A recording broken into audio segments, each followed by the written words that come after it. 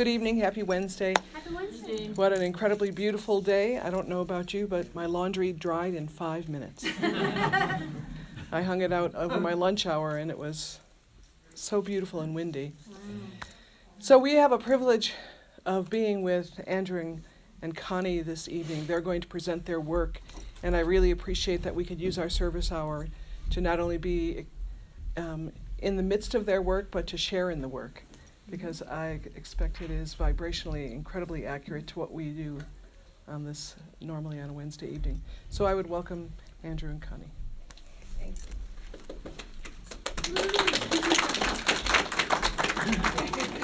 We're honored to be here, and Andrew has a process that he's going to do with getting us all as one.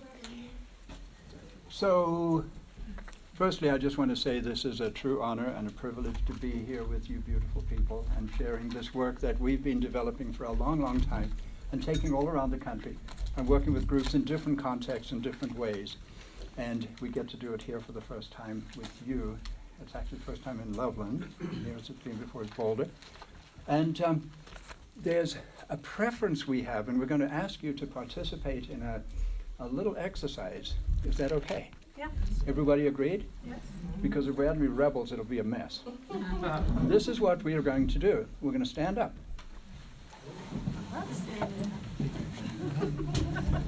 We're going to say, there's a rebel. Rebel. And we're going to take our chairs and reconfigure into a circle. I love it. Because this evening is about oneness and togetherness. Not us and you, but all of us together. Okay.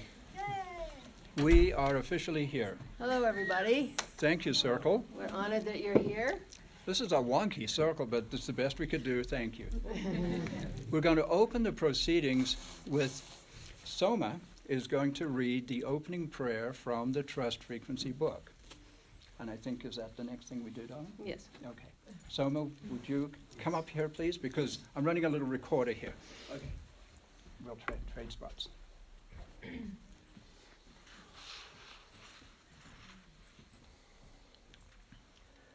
Grandfather,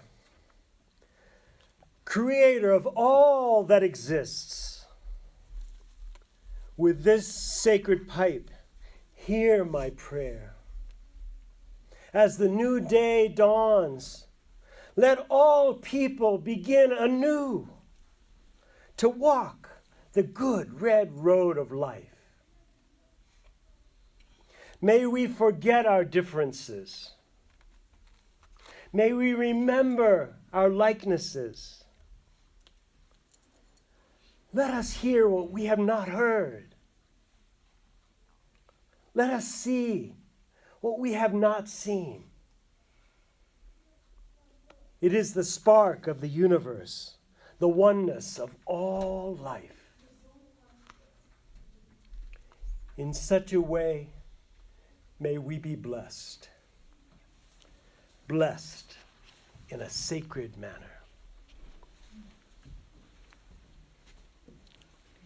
Oh.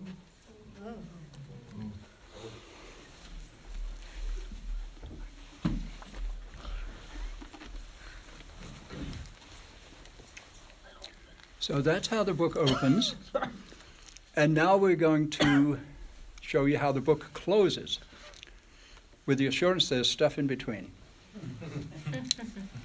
This is a oneness exercise, a way of getting ourselves out of and away from the illusion that we are these separate bodies, we are these separate entities, that we are these separate races and nations, and on and on.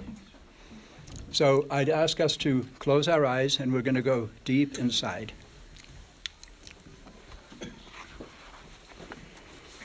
And it assumes you've just finished reading the book.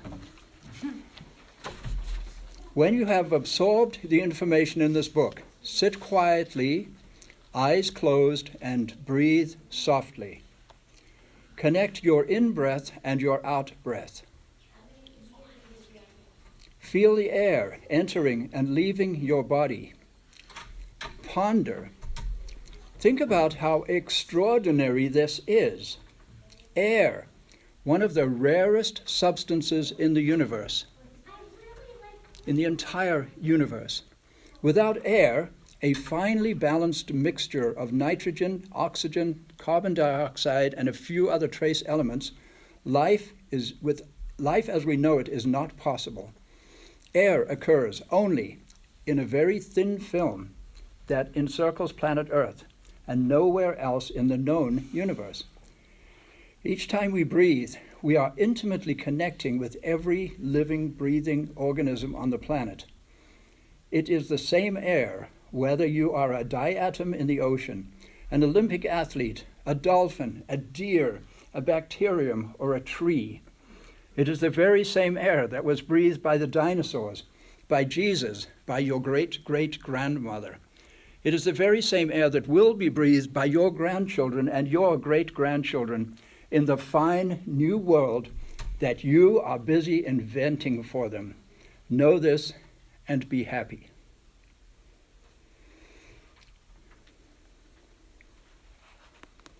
And the very last thing in the book is a quote from David Corton. I don't know if all of you know of the marvelous thinker, David Corton. He says this: "The challenge before us," and I think this is very relevant to what I've seen going on here at Sunrise this last period, because we are a microcosm of something much bigger. "The challenge before us is to create a new civilization based on a cosmology, a story of the origin, nature, and purpose of creation that reflects the fullness of our current human knowledge, a story to guide us to mature relationships with one another and with a living earth." And again, that's from David Corton.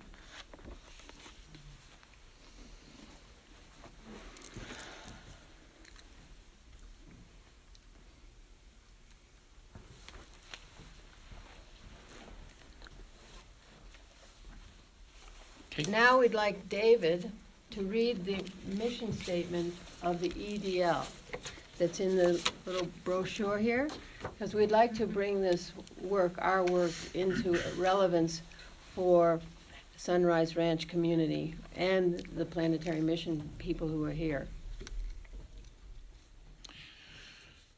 Emissaries of Divine Light is a global network of people who are dedicated to providing a crucible for transformation in human experience so that the purpose and destiny of humanity may be fulfilled. At the core of each of us, there is a being of almost inconceivable majesty and light. This is the reality of who we are. Most of us, however, show only short glimpses of that reality to our world. Many people harbor a deep sense of doubt and an underlying discontent about the direction of their lives. Those feelings can persist through any pleasure and success that may be enjoyed.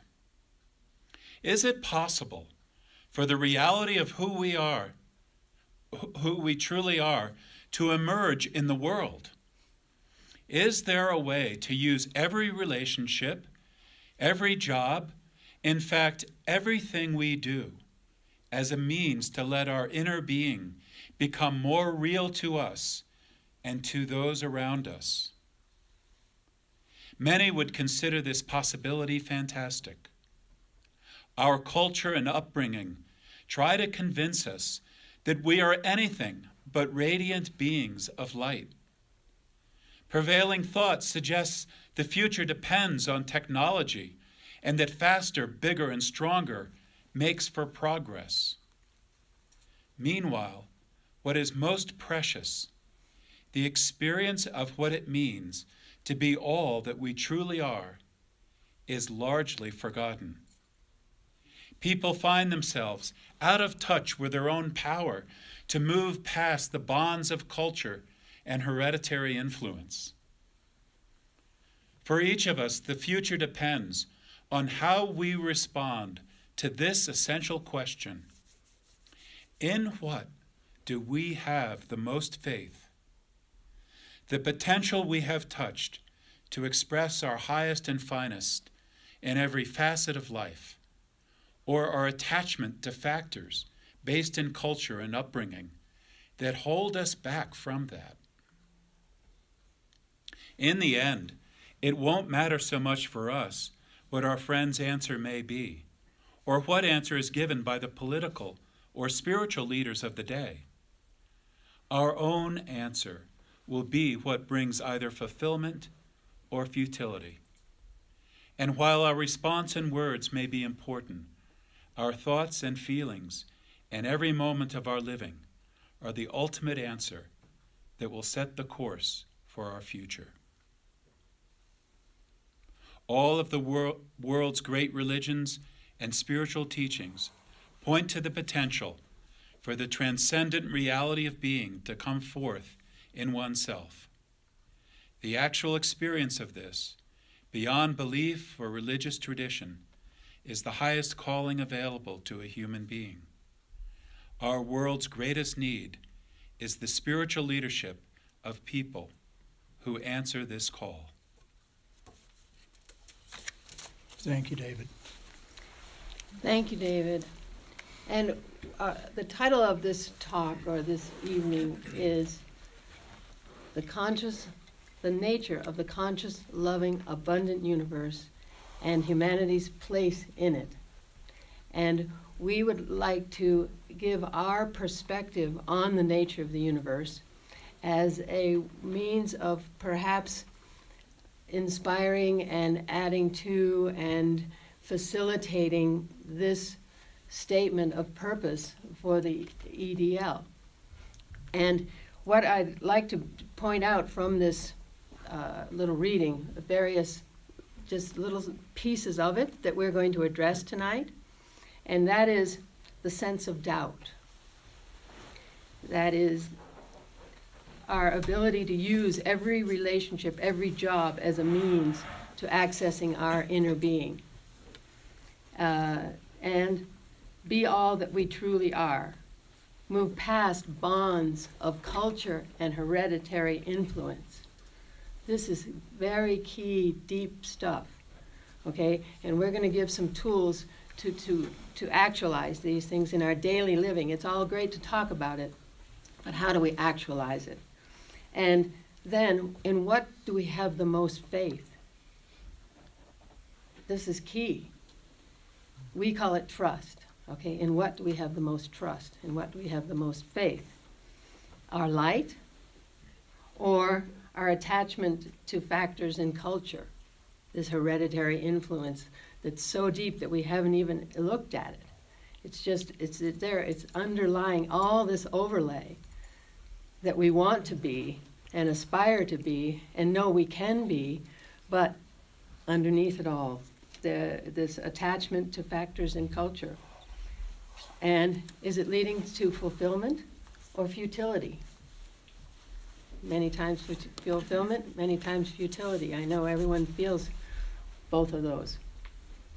And it says, you know, our highest calling as a human being. We're all here. We've been called to this highest aspiration and highest potential. And then in another one of the statements of the divine, the EDL, it says, the person becomes whole and creates a whole world. Okay, so we're going to present a construct that will address these few points that you all are very familiar with and are challenged by, I believe. So Andrew's going to say a little something. I am? Yes. Good heavens, I was just getting into a silent meditation. So, from a purely practical standpoint, how do we bring about what David was just talking about and what Connie was just talking about? How do we actualize it? In other words, we've all read book after book and attended seminar after seminar and retreat after retreat. And yet, and I've been doing this since 1970, so that's a few years, right? That is 57 years? 47. Good. 47. Good heavens. And during that period of time, I personally am feeling very good about where I've arrived, partly because of collaborating with Connie on this book, The Trust Frequency, because if you write a book, as anyone in this room has written a book knows, you have to walk the talk. It's all very well putting out a book and saying all these marvelous words. Anyone with a good intellect can do that. Can you walk it? And just this practice of walking it has me, at this stage of my life, at the age of 73, feeling like, I'm much better at this than I was. But again, observing over all these decades, so many sincere people going to India, doing mantras, meditating, being vegan, whatever form their practice takes, and yet still unfulfilled and still struggling. What's going on? They've absorbed so much wisdom. They've sat at the feet of so many masters and mistresses over their lifespans, over the period during which they've been on their path. And yet they're unfulfilled. The reason I believe, and I believe Connie agrees with this, is that there are these fundamental assumptions that come to us as little children. They're cultural, they're hereditary, they're what we learn by the age of 3, by the age of 5, by the age of 7. It's in place. It's everything our predecessors believed about the nature of the universe, about the nature of reality. I grew up, as we all did, in a time where science took over, and now we know, because we were told by our teachers at school, that the universe is a giant mechanical device, like a huge clockwork, right? Mm-hmm. It's not conscious, it's not alive, it doesn't know you exist. Oh, what a joyful place to be, right? What if there's an alternative? What if it is, in fact, a living entity, a conscious living entity, a conscious living loving entity, in fact, the only entity there is of which each of us is merely a part, that we individuate from this extraordinary thing that we call the universe. Some people call it God or Allah and various words, but we avoid those rather loaded terms. So if we are running on an outdated operating system, to use a term a lot of us will be familiar with, what do we do when our computer is getting sluggish and slowing down and not doing what we want it to do? I think that's a metaphor for many people's lives. Wait a minute, I used to have so much enthusiasm and so much life and so much optimism, and I'm kind of burnt out. What's up? Does my operating system need an upgrade? What does that mean? Is that a possibility? Question 1, what is my operating system? What is the human operating system? It is very simply the set of core beliefs, most times unexamined, that are interior to our beings. They're not conscious at all. As I said earlier, they are taken on in our very early childhood, and they become unconscious, subconscious, unexamined, and they're still running our lives decades and decades and decades later. Is there anything we can do about that? Because they were never examined, because they went into the subconscious, they have an extraordinary power of sabotage over that which we think we believe. We may go and sit at the feet of a guru, a great teacher, and go, yes, I get it, that's it, it's changed my life. I walk out and I'm reborn. But by Wednesday, it's like, I'm pissed off, I'm sitting in the traffic and I'm late for a meeting. And wait a minute, that wasn't supposed to be like this. What's going on? I had a peak experience, namely I had a peak at another reality. Then I fell from the peak back to this up and down life that most of us are in, including me. I have one foot in both worlds. I go up and down and round, depending on many things. And it's a practice, it's a process. So point being, simply, you cannot, as a human being, overlay a new set of fundamental assumptions. Our book is subtitled 10 Assumptions for a New Paradigm. So a paradigm is simply a set of assumptions that create a certain way of seeing reality. It could be a business paradigm, it could be an ethnic paradigm. The African pygmy paradigm is different from, shall we say, the current American paradigm. And just you can look at that from families to ethnic groups, and on and on and on. Each group of people and each individual, in fact, our operating system is a set of beliefs. most of which were inherited from the past, and many of which are no longer appropriate. Some of them are outright dangerous. Things like the neighbors are dangerous, we've got to build a wall. We've got to have a navy, I've got to have a passport because I was born in England, I come to your country, I show up at the border, I better have my papers in order. These are very strange, from my perspective, aberrations of human intelligence. What's going on here? Why did we adopt these? Why are they so powerful, and why do they control our lives in such extraordinary ways? And what can we do about it? So, here's the challenge. We have roughly 7 billion people on the planet, and one by one at a time, each one of us has the possibility of upgrading our operating system, which is nothing more or less than examining. It's not easy. It's not going to happen tonight unless you have an epiphany listening to this idiot talking. You know? Not that he's an idiot, but you know. It's not easy. If we had a week to spend, we could really get somewhere. If we went into retreat and we worked morning, noon, and night and really, really worked at this, we can actually really get some. So all we can do is give you a glimpse of something.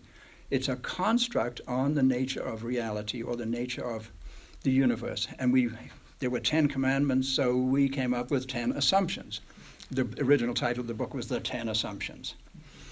So what we did is we selected, somewhat randomly, the number of assumptions that make up any paradigm is not limited to 10. It's probably more like 213, right?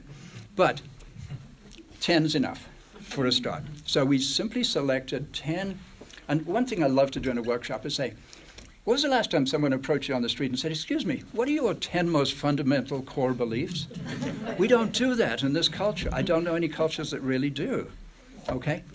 We don't look at our core beliefs, and our core beliefs control everything we think, every feeling we feel, every attitude we have, every action we take.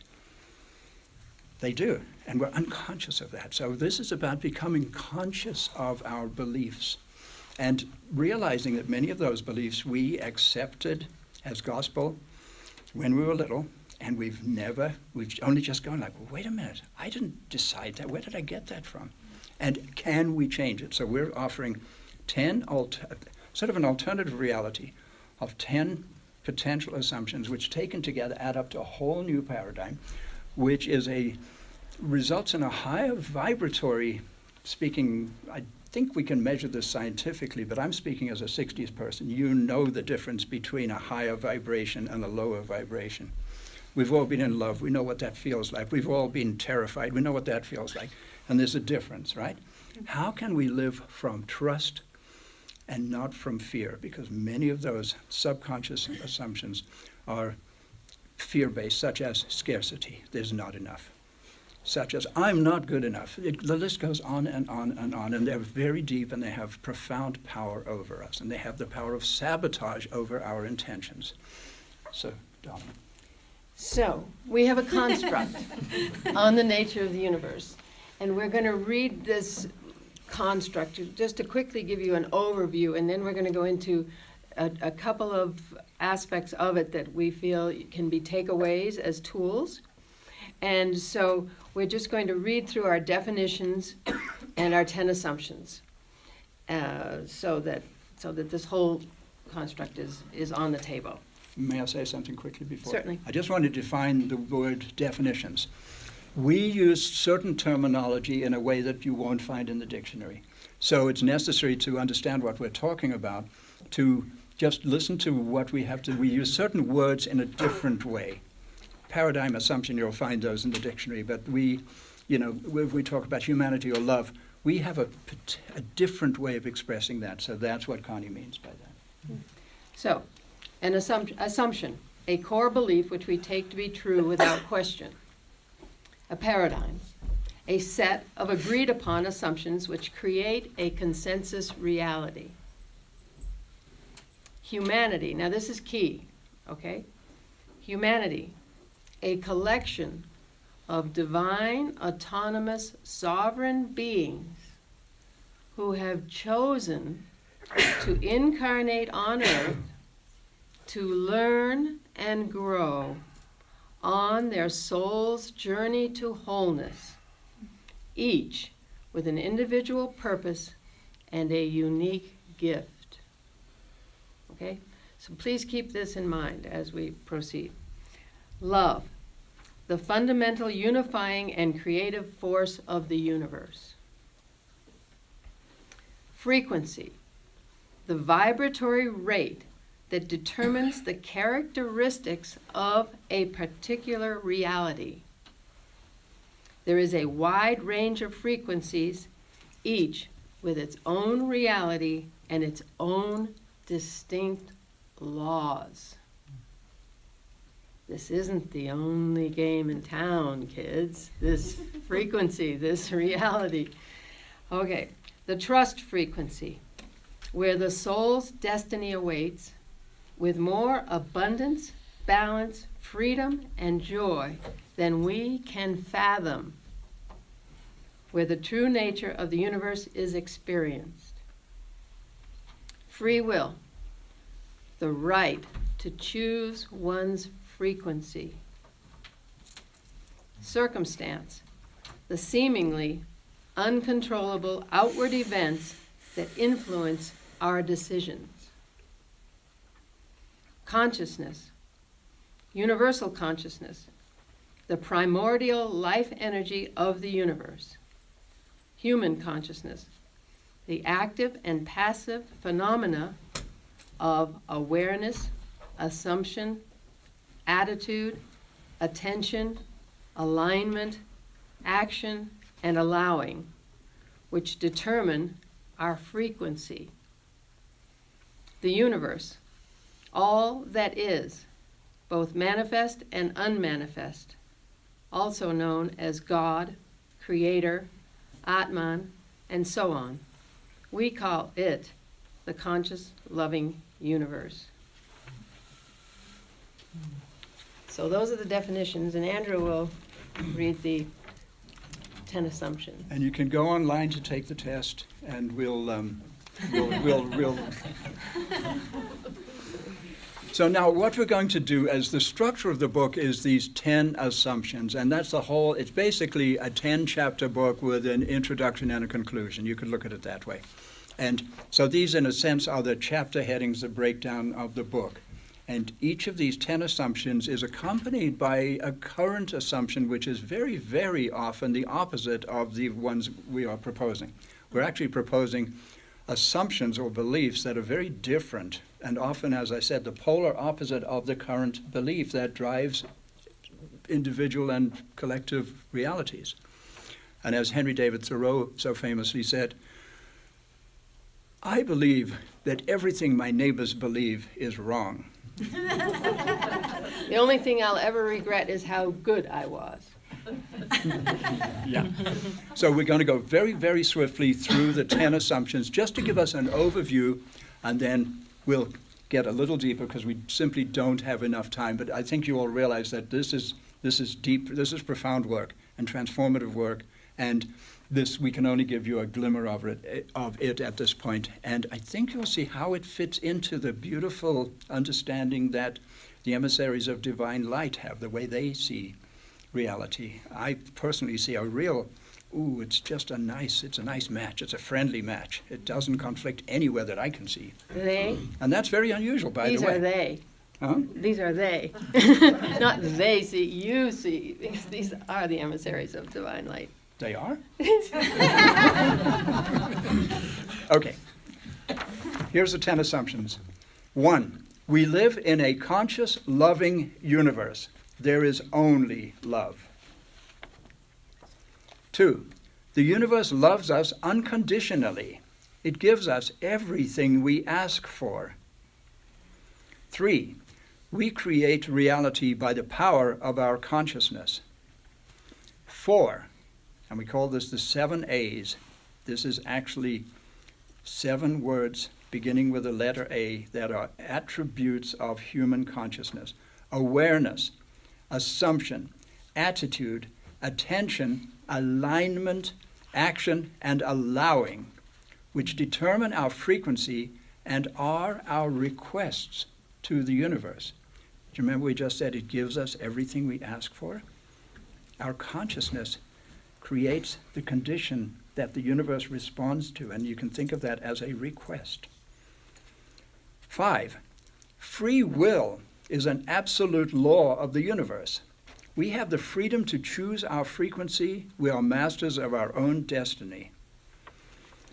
6, circumstance guides us on our journey to wholeness. 7, there is only now, this precious present moment. Living trustingly in the now, we experience the true nature of the universe. 8, all of creation is one. Separation is a man-made illusion. We are the conscious, loving universe. 9, humanity is on an evolutionary upward spiral leading inexorably to a higher reality, the trust frequency, or heaven on earth. And 10, the trust frequency is a real place of unfathomable joy, peace, and abundance that is freely available to anyone, anywhere, anytime. So there you have it. A construct on the nature of the universe and humanity's place in it.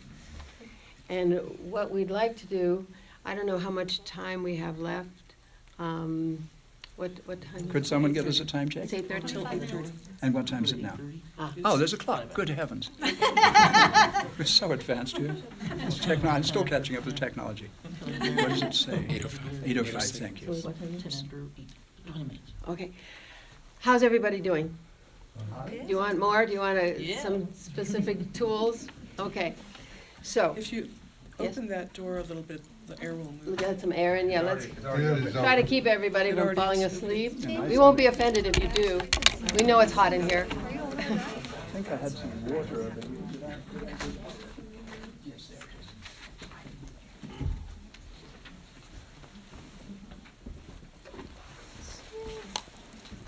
So, what we'd like to do, as I've said, is give you some tools for actualizing it and understanding what's going on as we're all here with these high aspirations and things come up that don't feel good and don't feel like they're leading to this high place that we all envision and are drawn to, and this evolutionary urge that has called us here. So we would like to give these tools. Okay, we feel we have resolved 6 of the major paradoxes that have plagued humanity for millennia with this construct. Okay? But we're not going into all 6. Because this paradox is what's plaguing us right now. You know, we see this light, we see this possibility, but things happen that we can't explain. It's a paradox. Well, we feel we explain it so we can understand it and move forward, making choices from that understanding that will shift our perspective from futility to fulfillment, which is so beautifully expressed in that statement of the EDL, and all of which David and Jane beautifully express. We're just giving a different perspective on it, and maybe bringing an insight. We hope we're bringing an insight. So, what we'd like to present is this assumption number 1. We live in a conscious, loving universe. There is only love. That's a big deal. Okay, what we say about this construct is one must take it as absolutely true to have it change one's life. We're not saying it is absolutely true. That would be dogma. Okay? It's absolutely true for me, and I live my life by it, and one has to put one's life on it to have it change one's life. But that's the free will piece of it. We're just offering it as for consideration and suggest that one take it on as absolutely true and see what happens. Okay? So if there is only love, All right, God is love. God is everything. What does that mean? There is only love. What about the things we see as not love? What about those? Okay? Yeah? We see lots of stuff as not love, right? Right. But if it's absolutely true there's only love, then there can't be anything that's not love. Right? Yeah? Okay. So what we feel, how we feel we resolve this paradox is that we feel that we don't understand the nature of that love. Okay? So here's assumption number 2 that resolves the paradox. The universe loves us unconditionally. It gives us everything we ask for. So you're saying, oh yeah, right, unconditional love. We know all about that. You know, that's the basis of the EDL. That's the basis of everything we do. We're going to love everybody unconditionally. Well, what we're suggesting is the nature of unconditional love is not sweetness and light all the time. It loves us so much, it gives us what we ask for. Okay? What are we asking for? We didn't ask for whatever it is in our life that we consider not love. And we all have that. The abusive, whatever.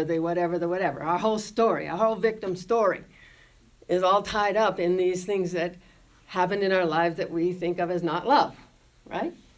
So, this unconditional nature of that love gives us everything we ask for. What does that mean? Well, I figured it out. And it's in our definition of humanity. All right, do you remember that definition of humanity? A collection of divine, autonomous, sovereign beings who have chosen to incarnate on earth to learn and grow on their soul's journey to wholeness, each with an individual purpose and a unique gift. Okay? So there's a lot of emphasis on our unique gift and our purpose and finding that. But what about this soul's journey to wholeness? Well, I figured it out that we gave an overarching act of free will. Okay, the whole question of free will and determinism comes in here. Okay? So we feel that life has taken us places we don't want to go. Circumstance has taken us places we don't want to go. We had no intention of going. Well, we say circumstance loves you more than you do. Okay? So this overarching act of free will was when we chose to incarnate on our soul's journey to wholeness with a gift and a purpose. We promised to bring a gift to the party. The whole universe, the loving, conscious, loving universe, wants that gift. And I know that this is a key piece of Barbara's work. It's a key piece of the whole, of everybody here. Okay, bringing our gift. But what we leave out is this soul's journey to wholeness. What did we ask for? What did we give permission to the conscious, loving universe to bring to us for this soul's journey? We don't know another soul's journey. We can say, that was not love, what her dad did to her, or what happened to her, or what, all these things we see as not love. But we don't know another soul's journey. We don't know the soul's journey of the people in Syria, or whatever. We can't assume that because we didn't come for that they didn't come for that, if there's only love. Okay, so the things we see as not love have to be love somehow. And this is how, what came to me as this overarching act of free will. Yes, conscious loving universe, I will go to earth and go on this journey to wholeness, which Andrew once asked me, what's the journey to wholeness? Well, it's the journey to recognizing our divinity. But it's a journey.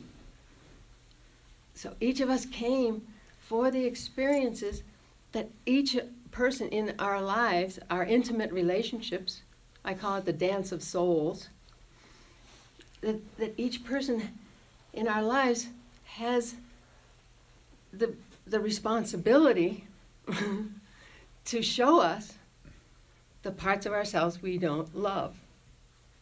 Okay? On our soul's journey. That's our journey. That's the whole thing, the whole human race, each person. It's not a shadow to be afraid of or to be ashamed of or anything. It's the work. It is what we came here to do, and is to work through that. And if we can own that and address it and not project it onto others and not try for survival's sake to negate the person who's showing us that shadow, to honor that person and thank them. You've shown me a part of myself that I don't yet love. And I guess it's still there because you're still showing it to me, and it's still coming. And it comes through the intimate relationship. The parent, the teacher, the boss, the best friend, people we can't get away from. The sweetheart. The sweetheart. You know, the husband. We have the vows of love that are in the book that I printed up for everybody. And if you read that, and I have it here actually, but let me see. How are we doing? So is that a good tool? Okay, because there's one tool. So to let that shadow come to the table, become consciously neurotic, put it on the table. Oh yeah, there it is. Hi, how are you? Oh, there's so and so shadow. Hi, how are you? Let's work through that together. But it's a survival mechanism, and we just have to know. If we understand that it's our work, it's what we came here to do, and it's what each of us came here to do, and the whole human race came here to do. And look what we're doing. The United States is cleansing itself of its shadow, big time right now. So, let's, yeah. Yeah, why don't what do you want to go to the next? Let me just say this, just to put all of this into perspective, because we have about 10 minutes left, I think. And I wouldn't, it'd be kind of nice to have a sort of little interaction at the end if anybody would like to, to reflect back at us. So let's go for that. So we can summarize this entire book and all of this work in 4 words. Just putting all of it, the 10 assumptions, all of the words that go to describe that, and to look at the current assumptions and their influence on reality and where we can go once we upgrade our operating system. We can take simply 4 words as a reminder, because this is not necessarily easy work, because we are really, really sabotaged by these subconscious beliefs. And to get them to bubble to the surface is not a pleasant thing. I'll tell you a little bit about my background. I, at one point, thought, I am going to become a Sufi, because I looked around all the different spiritual paths, and this seemed to be the most beautiful and the one with the highest potential. And I went into that path with the expectation of bliss and ecstasy and peace and freedom, and boy was I wrong. It dredged up shit I didn't know I had. Whoa! It was not an easy 30 years. Okay? So folks, this ain't easy. But here's the mantra. Here's the 4 words that I personally use in the middle of the night if I wake up and I'm anxious about anything at all, or I just need that reminder. It is this: trust the loving universe, which is the same thing as trust God, if you will. We just use this word, this universe concept, and the fact that it is actually a loving, living, conscious, biological entity that is in fact us. And we have individuated from it into all these beautiful forms. Look at us, here we are. And there's a trillion others out there in the universe, all conscious, vibrating entities. Trust the loving universe. And in any situation such as the work that's been going on here since we got back from Mexico and joined what was going on here, which is remarkable, is again, as I've said over and over again, trust the process. It's an inner emergent phenomenon that's going on. We're trying to figure it out with our left brains. I'm not sure we can do that. We can express a lot of useful stuff, and we can write code, and we can do all kinds of things, but actually this is in our evolutionary DNA. I think Barbara would agree. There's something going on. Just like the caterpillar, as it goes into its metamorphosis, it has no idea really what it is. We're more aware, and we can sort of think we know, but do we know what we're becoming? So by trusting the day-to-day, every breath experience we are creating and attracting to us, and by big picture, trusting the loving universe that we are so loved and so supported. And anytime any apparently negative thing shows up, it's there because it's our next lesson. And the word is not hell with you, that's bad, but thank you. If we can actually summon up gratitude as our response to things that Connie would call not love, to say, okay, I wouldn't have chosen it consciously. Thank you, thank you, thank you, because that's going to trigger growth that would never have happened otherwise. And I guess in conclusion, since we're out of time, we'd love to have some time for you to feedback, but we have so much more to say. But there's one thing that we'd like to say, and that is that the frequencies do have different laws. Okay, I think that's a unique thing we're bringing to the table. And Henry David Thoreau, in his conclusion to Walden, said, if one walks confidently in the direction of his dream. No, he didn't. He said, this, at least I learned through my experience. Okay. This, at least, I learned by my experiment. By going into the little house at Walden. Okay. I When one love walks this girl. confidently in the direction of his dreams, he will pass a certain boundary. He will experience a success unexpected in common hours. The laws that apply to him will be expanded, or new laws will be made in his favor, and he will live with the license of a higher order of being. It's Henry's 200th birthday this year, by the way. And we speak at his annual gathering every year, so Henry and us, we're like this. So, anywho, shall we close it now? I mean, we just have... I think what I'd like to Lots of ask, is there hands. anybody who really has something they would like to say that can contribute to this conversation? I have a little something. Yay! I just think it's wonderful what you're saying. And I'd like to contribute, along with the universe as love, is the universe as purpose.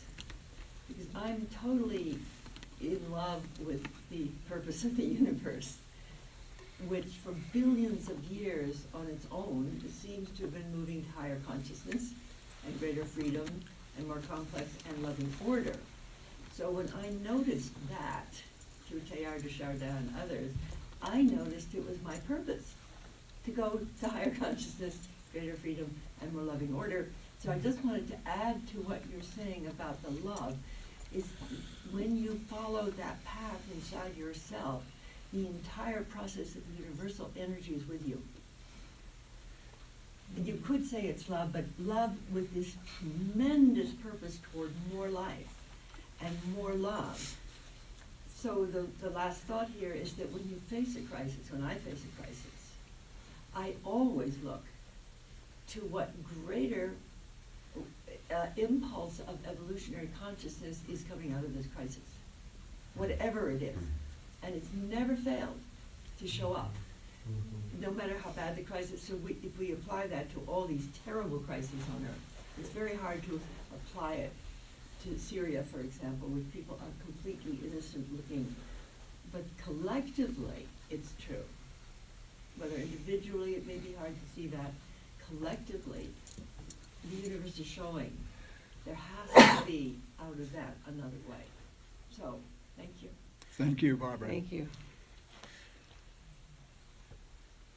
Anyone else? I'd just like to hear you read that quote again. Uh-huh.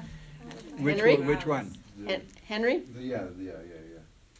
Okay, I learned this, at least, by my experiment, in the conclusion to Walden, that when one walks confidently in the direction of his dreams, trusting the loving universe, he will pass a certain boundary.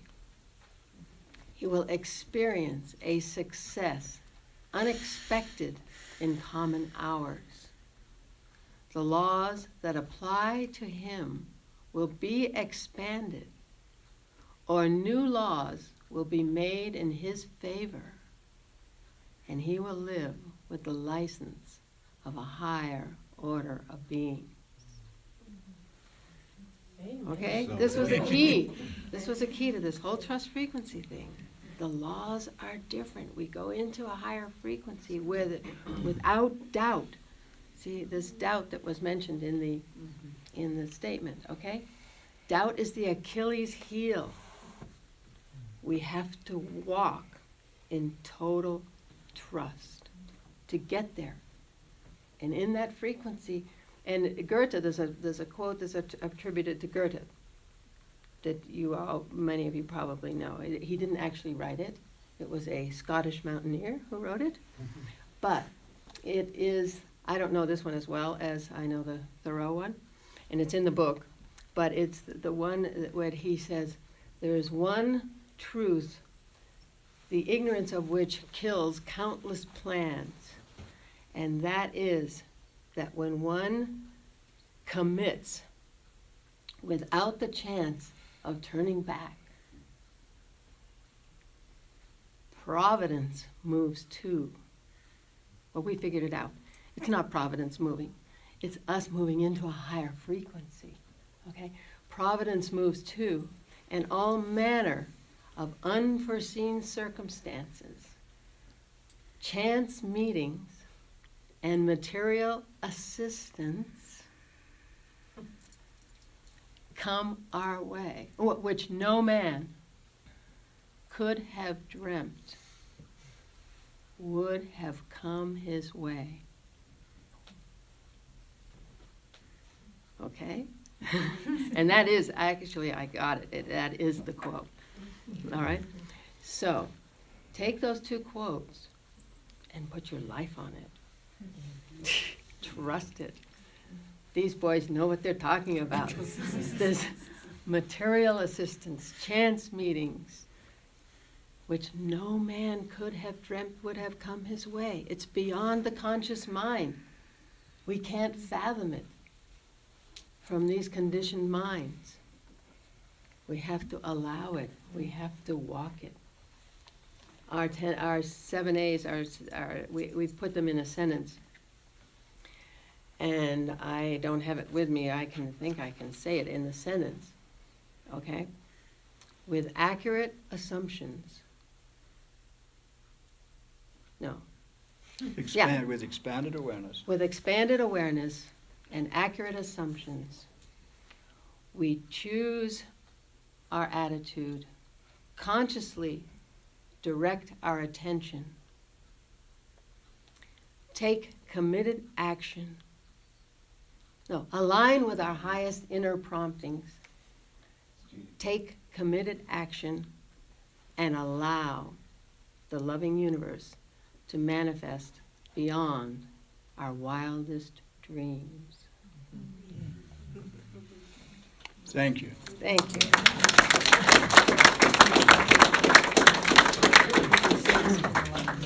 Well, thank you so much for taking, I'm sorry I couldn't see you through the whole thing, being over here. Yeah. But I am so grateful that the wisdom and the maturity and the assurance of your life experience has just been shared in such a short period of time, but it is an opening for us to not only get to know you better, but to know what it is you represent and what your invitation is to the world. Mm-hmm. And I want you to know you have my love and support and appreciation for what you have not only just shared, but how you're living your lives. Mm-hmm. And thank you for being at Sunrise Ranch and doing this service with us tonight. Well, thank you for your welcome, for all of your love and your welcome and your honor, all of you, because we felt so honored, so respected and honored by every single one of you. the Planetary Mission people, the Sunrise Ranch people. I mean, I can't. It's because you manifested it by taking accurate action, Oh, yeah. assuming creative attitudes, Yeah. and following your dreams so that the laws would change in the higher. Yeah. There you go. And all because our storage is down the road. Okay, circumstance. Thank you so much. Thanks, Loves everybody. Okay. Thank you. Yes. That was fabulous. Yeah? Fabulous.